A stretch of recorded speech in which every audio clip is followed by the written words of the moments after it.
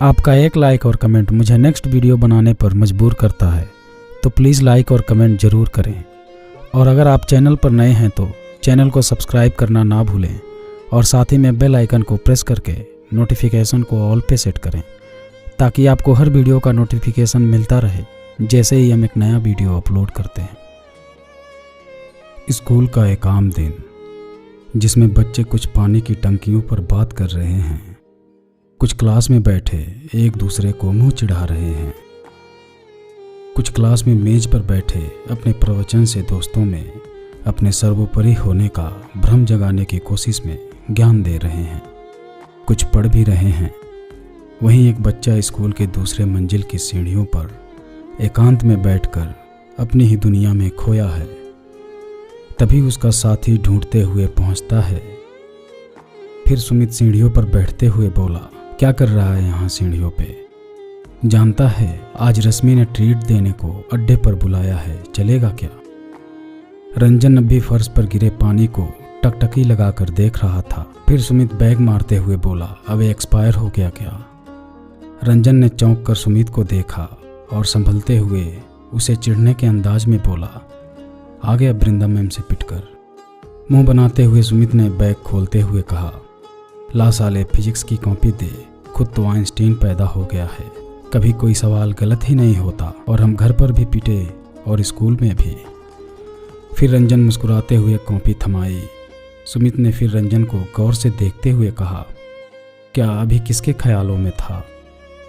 रंजन हिचकिचाया, क्या यार कुछ नहीं। सुमित बोला, अबे बोल दे। सुमित ने पेन की नोक बंदूक की तरह रंजन के सिर पर तान दी, पर तभी रंजन कुछ सोचकर मुस्कुराने लगा और सुमित का पेन हटाते हुए बोला, हाँ यार, बस रजनी मैम के बारे में सोच रहा था। सुमित ने कॉपी पर लिखते लिखते बोला, मैं अब भी कह रहा हूँ वो सिर्फ तुझे बाकी मैम की तरह बस पसंद करती हैं और कुछ नहीं। तू मुफ्त में सेंटी हुआ जा रहा है। तब तक रंजन फिर किसी दुनिया में जा चुका था। रंजन को कुछ वक्त पहले क्लास में जब उसकी कॉपी पर अच्छा काम देखकर उसके गाल पर प्यार से रजनी ने जो हाथ फिराया था, वो अभी भी चलता महसूस हो रहा था। ये सब उसके शरीर में गुदगुदी दौड़ाने के लिए काफ़ी था, इसलिए ही वो मुस्कुरा रहा था। सुमित ने गले में हाथ डालते हुए कहा, अबे वो रजनी मैम तुझे बच्चा समझ के प्यार करती है, तू मरा जा रहा है। और वो अंजलि फिर तेरे लिए पराठे लाई थी, वो कुछ नहीं। रंजन ने चौंक कर खड़े होते हुए कहा, तूने उसे बताया तो नहीं मैं यहाँ हूँ? सुमित ने शरारती मुस्कुराहट से कहा, मैं तेरा सच्चा यार हूँ, बस यार पराठे खाकर इतना बोल दिया कि तुझे पराठे अच्छे लगे। पेट पर घूंसा मारते हुए रंजन ने सुमित को गिरा दिया और बोला, अबे साले खा खा कर ढोल हो गया है। फिर सुमित पेट पकड़कर लेट गया। रंजन गंभीर होते हुए सुमित के पेट को सहलाकर पूछने लगा, सॉरी यार, ज़्यादा तेज लग गया क्या? सुमित ने सीढ़ियों पर लेटे मुस्कुराते हुए कहा, अबे इतने टेस्टी पराठों के लिए मैं इससे ज़्यादा दर्द झेल सकता हूँ। फिर रंजन ने सुमित के पैरों पर लात मारी और चलते चलते बोला, साले अगर अगली बार तू मेरा नाम लेकर पराठे खाया तो तुझे लूज मोशन की 10-12 गोलियां खिला दूंगा। अब चल आ जा। रोहिणी मैम क्लास में लेट आने वालों के साथ क्या करती है याद है या नहीं? इसे सुनकर सुमित भी पीछे पीछे चला गया।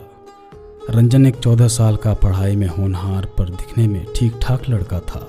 उसके चेहरे पर उसकी हमेशा रहने वाली मुस्कुराहट उसे सभी से अलग करती थी। अभी उसकी ज़िंदगी घर से स्कूल और घर से ट्यूशन तक ही सीमित थी, पर रंजन भी था तो एक लड़का ही, और वो भी इस खतरनाक उम्र में जिसमें सामान्यतः सभी अपना पहला प्यार पाएं या ना पाएं, पर पहले आकर्षण से कोमल मन को उलट पुलट होने से नहीं बचा पाते। ऐसा ही रंजन के साथ हो रहा था। और इन दिनों रंजन पहले प्यार के उलझनों में जवान हो रहा था, और ये प्यार था या आकर्षण ये उसे भी नहीं पता। और उस पर एक और मुसीबत, पहला प्यार आया भी तो किस पर? उसकी मैथ की टीचर रजनी पर। रंजन के घर में कोई ज़्यादा सदस्य तो नहीं थे। उसकी बड़ी बहन चांदनी MBA करके दिल्ली में नौकरी कर रही थी। प्रोफेसर माँ सुमन और बिजनेसमैन पिता अशोक के बीच अब रंजन ही केंद्र बिंदु था। इसलिए रंजन को अपनी किसी मांग को पूरा करने के लिए 24 घंटे से ज़्यादा इंतजार कभी नहीं करना पड़ता था। पर साथ भी रंजन की हर मांग पूरी होने की और वजहें भी थी, जैसे उसका सामान्य से ज़्यादा संवेदनशील होना, हर काम को बहुत जल्दी सीख जाना और फिजूल खर्ची नहीं करना। उसके माँ और पिता दोनों को ही उसकी हर मांग को जायज़ मानना काफ़ी था। रंजन को उसका भविष्य बनाने को लेकर चिंता की ज़रूरत कभी उसके पिता के जैसा बिजनेसमैन बनने की आकांक्षा के कारण महसूस ही नहीं हुई। सुमित मध्यम वर्गीय परिवार का इकलौता बेटा था और रंजन का इकलौता दोस्त भी। सुमित के शौक थे पसंद का खाना और शतरंज खेलना। उसके भविष्य को लेकर बहुत सपने थे, पर रोज़ बदलते रहते थे। वो डिलडोल में मोटा होने के कारण क्लास में मजाक का पात्र जरूर बन जाता था। रंजन का साथ उसे सब भुला देता था। उनके ही क्लास की एक लड़की बड़ी सुंदर, मासूम और हंसमुख अंजलि थी, जो रंजन से बेइंतहा प्यार करती थी। उसका हर दिन रंजन का फोटो देखकर शुरू होता था। फिर सारा दिन रंजन के आगे पीछे घूमने के बाद, शाम को उसके साथ बाइक पर ट्यूशन जाने के बाद भी, रात को फ़ोन पर भी उसकी बातें होती थी। अंजलि के प्यार के बारे में रंजन को छोड़कर सभी जानते थे, पर रंजन को लगता था कि रजनी मैम ही उसका पहला और आखिरी प्यार है। रजनी सुमित की पड़ोसी भी थी, इसलिए अक्सर सुमित उनके साथ उनकी स्कूटी पर आता दिखाई दे जाता था। तो उसकी किस्मत से रंजन को जलन होने लगती थी कि कैसे ये रजनी मैम के साथ बैठा है और मैं तो केवल स्कूल में ही उन्हें देख सकता हूँ, और ये तो उनके साथ घर तक जाता है। आखिर वो मैम का पड़ोसी है। सुमित क्या करता, मन महसूस करके रह जाता था। इधर अंजलि को हर हाल में बस रंजन का साथ चाहिए होता था और रंजन के घर से बस कुछ दूर ही रहती थी, इसलिए उसी के साथ बस में आती जाती थी। रंजन की तरह ही अमीर घर की शहजादी थी और उसके पिता विदेश में रहते थे। वो अपनी माँ उर्मिला और एक छोटे भाई के साथ रहती थी। अंजलि के परिवार को यहाँ रहते कुछ साल ही हुए थे, पर अंजलि की माँ और रंजन की माँ में अच्छी दोस्ती हो गई थी, क्योंकि लगभग रोज़ ही उनकी मुलाकात रंजन के बस स्टैंड पर हो जाती थी।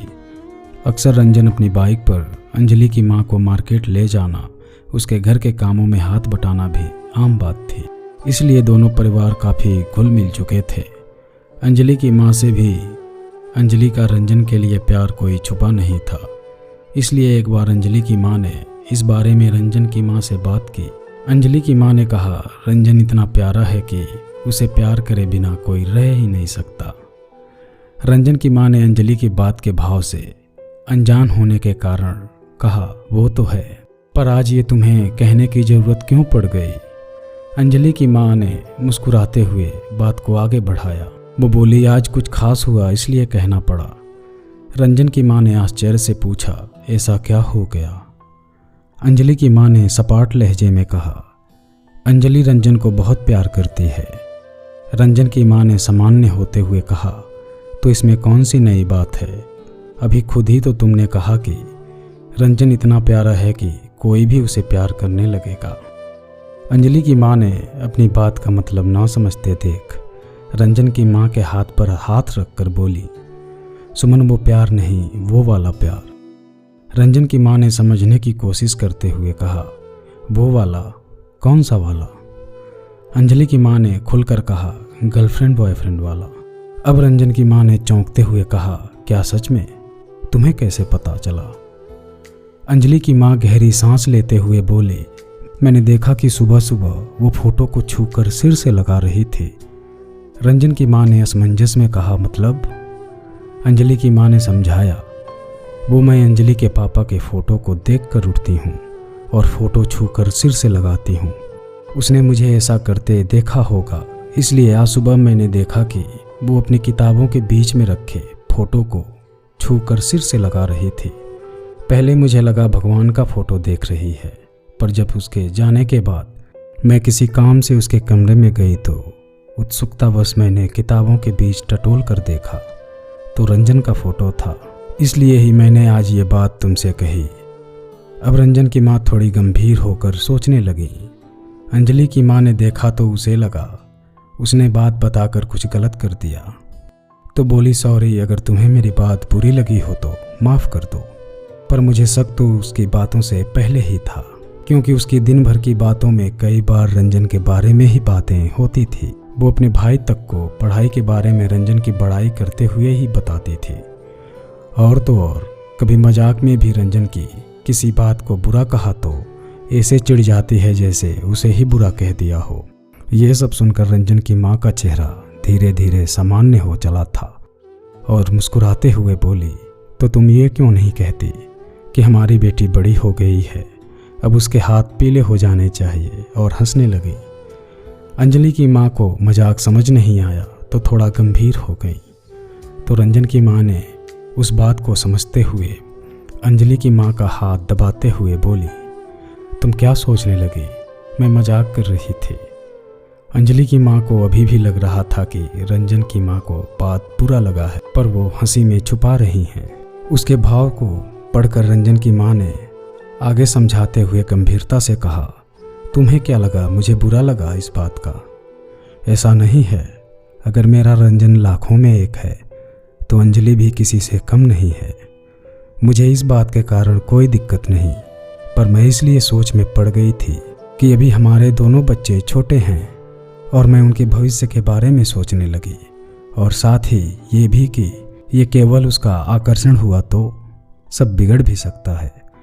अंजलि की माँ के चेहरे पर कई भाव आते चले गए और बात को सुनकर खुद ही सोच में पड़ गई। रंजन की माँ ने अंजलि की माँ की हालत देखकर माहौल हल्का करने को कहा। वो बोली, चल कुछ भी हो, तू वादा कर घर में या बच्चों से अभी इस बारे में कुछ नहीं कहेगी। वक्त आने पर मैं खुद ही बात करूँगी। और हाँ, ये मेरा वादा रहा, अगर दोनों बच्चों को भविष्य में भी ऐसे ही प्यार बना रहा तो मैं खुद तेरी लड़की का हाथ मांगने तेरे घर आऊँगी। इतना सुनते ही अंजलि की माँ की मुस्कुराहट वापस लौट आई और उसने रंजन की माँ को गले से लगा लिया। गले लगाए लगाए अंजलि की माँ ने कहा, मैं तो इसी वजह से डर रही थी कि अगर तुमने अंजलि रंजन के प्यार को स्वीकार नहीं किया तो। रंजन की माँ ने कहा, तो क्या अंजलि तुझसे ज़्यादा मुझे प्यारी है? आज सुन ले, मैंने रंजन और अंजलि के प्यार में कभी कोई अंतर नहीं किया और आगे भी कभी नहीं होने दूंगी। अंजलि की माँ के आंसू छलक आए, उन्हें वो पूंछ कर मुस्कुराने लगी। इसके बाद ना तो दोनों में से किसी ने इस बारे में बच्चों से कुछ कहा और ना ही इस बात के बारे में किसी को घर में बताया। मगर रंजन था कि हमेशा अपनी रजनी मैम के सपनों में खोया रहता था और इसी उधेड़बुन में जिंदगी बीतने लगी। एक दिन गर्मियों की सुबह थी और दीवार से टिका रंजन स्कूल की बस का इंतजार कर रहा था। रंजन की माँ को आज घर में ही काम निकल आया तो वो साथ नहीं थी, तो रंजन बात करने के लिए अंजलि का बेसब्री से इंतजार करने लगा। तभी अंजलि बड़ी उदास होकर आई। रंजन ने देखा और छेड़ने के अंदाज में बोला, क्या हुआ, आज इतना सन्नाटा क्यों है? अंजलि ने चुप्पी तोड़ने का नाम ही नहीं लिया और रंजन के पास से हटकर खड़ी हो गई।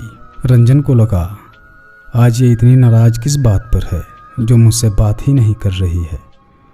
पर उसने कुछ पूछने को कदम बढ़ाया, तब तक बस आ गई और दोनों उसमें बैठ गए। अंजलि वैसे ही चुप्पी साधे रही। स्कूल पहुंचकर भी ऐसे ही दिन जा रहा था। फिर सुमित ने भी उससे पूछने की कोशिश की, पर उसने कुछ नहीं बताया। और इसी तरह स्कूल से घर जाने के बाद जब अंजलि उससे बिना बोले घर चली गई तो उसे अचरज हुआ कि पहले तो कभी इतना चुप इसको नहीं देखा। आज आखिर बात क्या है? रंजन घर पहुंचा, फ्रिज से खाना निकालकर गर्म किया और खाया, फिर लेट गया। तब तक रंजन की माँ भी आ गई और रंजन से पूछा, खाना खा लिया? रंजन ने कहा, हाँ खा लिया। रंजन की माँ कॉफ़ी बनाई और एक कप रंजन को देती हुई बोली, क्या हुआ, आज मेरा बेटा किस सोच में डूबा है? रंजन बोला, कुछ नहीं माँ, आज अंजलि सुबह से उदास थी, कुछ पता ही नहीं। ऐसा तो वो तब भी नहीं करती जब वो खुद बीमार हो। कुछ बात तो ज़रूर है। रंजन की माँ मुस्कुराते हुए बोली, अरे मेरे बेटे को दोस्त की इतनी फिक्र, चल तू कॉफ़ी पी, मैं फ़ोन करके अंजलि के घर पता करती हूँ। रंजन की माँ फ़ोन पर कुछ देर बात करती हैं, फिर वो खुद भी परेशान हो जाती हैं। फिर कुछ सोचते हुए रंजन से कहती हैं, तू परेशान मत हो, अभी मैंने अंजलि को बुलाया है, उससे कुछ बात करके बताती हूँ। थोड़ी देर में अंजलि घर पर आ गई और माँ के साथ किचन में चुपचाप खड़ी होकर कुछ काम में हाथ बटाने लगी। तभी रंजन की माँ उसके सिर पर हाथ फेर कर बड़े प्यार से पूछी, आज मेरी अंजू इतनी चुप क्यों है कि उसके होने का तो पता ही नहीं चल रहा है। इतना कहने की देरी थी कि जैसे अंजू का दिल का गुबार आंसुओं के साथ बहने लगा और उसे रंजन की माँ ने गले से लगा लिया और उसके पीठ पर हाथ फेरने लगी।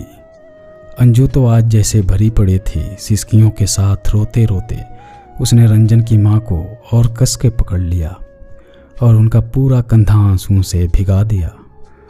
कुछ देर बाद जब आंसू कम हुए तब रंजन की माँ उसे रसोई से बाहर लेकर डाइनिंग टेबल के पास कुर्सी पर बिठाकर उसे पानी दी और फिर उसके आंसू पोंछकर उससे फिर से बड़े प्यार से पूछी, अंजू कुछ बताओ भी तो, अब कितना रोओगी? देखो अब तुम चुप नहीं हुई तो मैं भी रोने लगूंगी।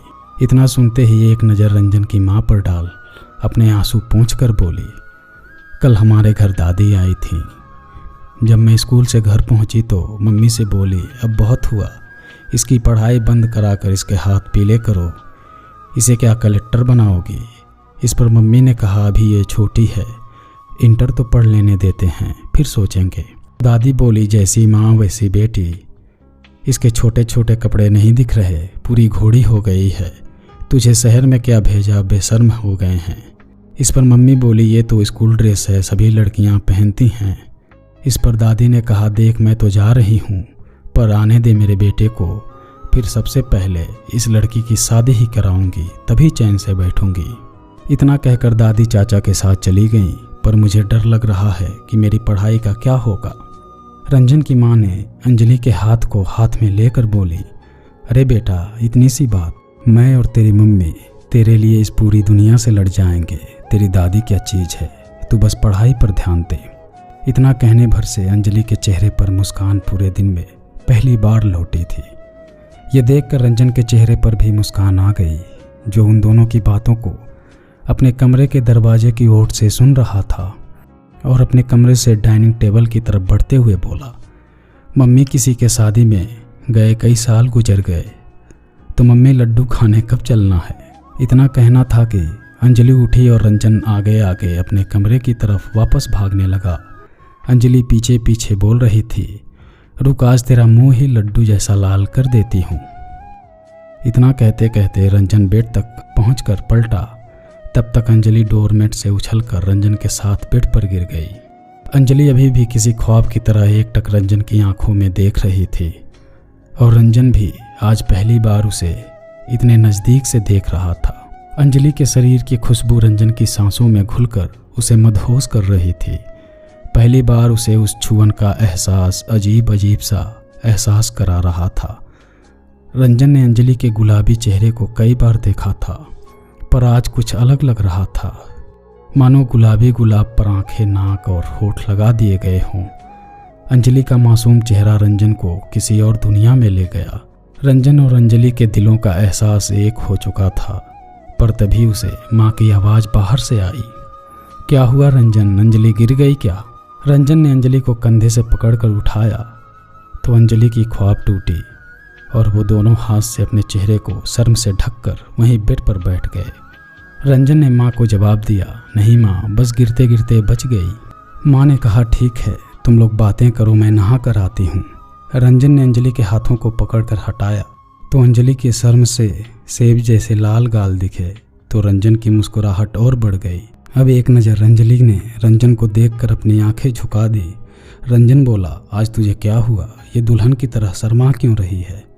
बाहर तो अपनी शादी की बात धड़ल्ले से कर रही थी। इतना कहना था कि शर्म का गुलाबी रंग एक झटके में उतर गया और अंजलि के आंसू एक बार फिर बहने लगे। रंजन को पछतावा होने लगा कि अभी तो जैसे तैसे चुप हुई, इसे फिर से रुला दिया, तो बोला, सॉरी, मुझे माफ़ कर दे, मेरे कहने का वो मतलब नहीं था, प्लीज़ अब मत रो। अंजलि फिर रोए जा रही थी तो रंजन ने उसके पैरों के पास बैठकर उसके हाथों को हाथ में लिया और बोला, देख, बड़ी मुश्किल से तेरे चेहरे की हंसी लौटी थी, मुझे माफ़ कर दे, अब दोबारा ऐसा नहीं करूँगा। अंजलि रोते रोते बोली, तो ऐसी बात क्यों करते हो? रंजन ने दोनों कान पकड़ते हुए कहा, अब बस ले, कान पकड़कर माफ़ी मांग रहा हूँ, अब तो माफ़ कर दे। अंजलि अपने आंसू पोंछते हुए बोली, ठीक है, इस बार माफ़ कर दिया, पर दोबारा बोला तो समझ लेना। रंजन मुस्कुराते हुए बोला, ये हुई ना बात।